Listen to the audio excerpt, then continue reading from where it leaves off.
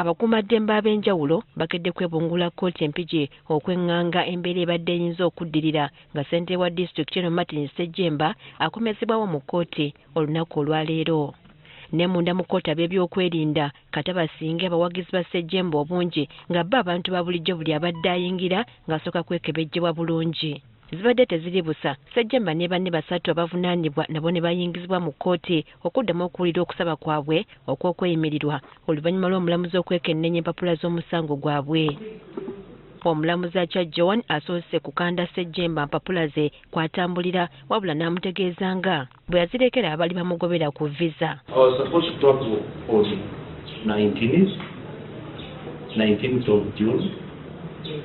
You were brought to court on 30.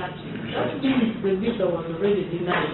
And you would have received to back your passport by then. The agency, I trusted my agency.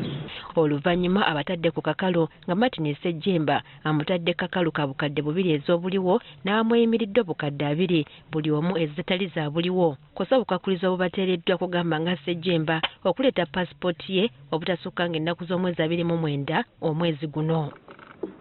Bano bakuddamu okulabikako mu maaso g'omulamuzi nga 29 omwezi guno. Okutebwa kwa ssentebe Ssejjemba ku kakalu kusanyusizza bangi newankubadde bavuddeyo bakukkuluma olwa ssente empitirivu ezisabiddwa mu buliwo. Era kyakusaalirwa nti mu musango omuntu bamuvunaana okuba nti no yafuna ssente miliyoni 1 mu bumenyi bw'amateeka ate okumuyimbula kakalu kwa kkooti omuyimbulira ku miliyoni 2 kwegamba si bukyawenkanya.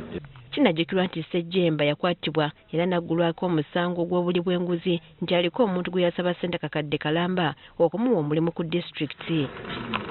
Kkooti eno oluwedde n'amyuka yinginiya wa disitulikiti ey'Empigi Charles Sitakange eyakwatibwa akakiiko ka Anti-Corruption Unity Sabbiiti ewedde n'asimbwa mu maaso g'omulamuzi n'asomerwa emisango 3 nga gyonna gya bubbi. Kitegeerekese nti mwaka gw'ebyensimbi 2023-2024 gwokka Sitakange ne banne abatannaba kukwatibwa babba amafuta agabalirwamu ensimbi ezisoba mu bukadde 100 kyokka ono emisango agyegaanye. Nolita zaali zibaliwamu miliyoni 64 ono oluvannyuma omulamuzi amusindise mu nkomyo okutuusa nga 22 omwezi guno n'eyisa n'ekibaluwa ku disitulikiti yinginiya kati aliira ku nsiko okulabikako mu kkooti nga 22 omwezi guno. Ensangi zino akakiiko okuva mu ofiisi y'omukulembeze w'eggwanga akalwanyisa obuli bw'enguzi ka Anti-Corruption Unity katandikedde mu bbendobendo lya Katonga okufugaza bonna abenyigira mu buli bw'enguzi nga katandika na bukiiko obugaba emirimu ku zi disitulikiti.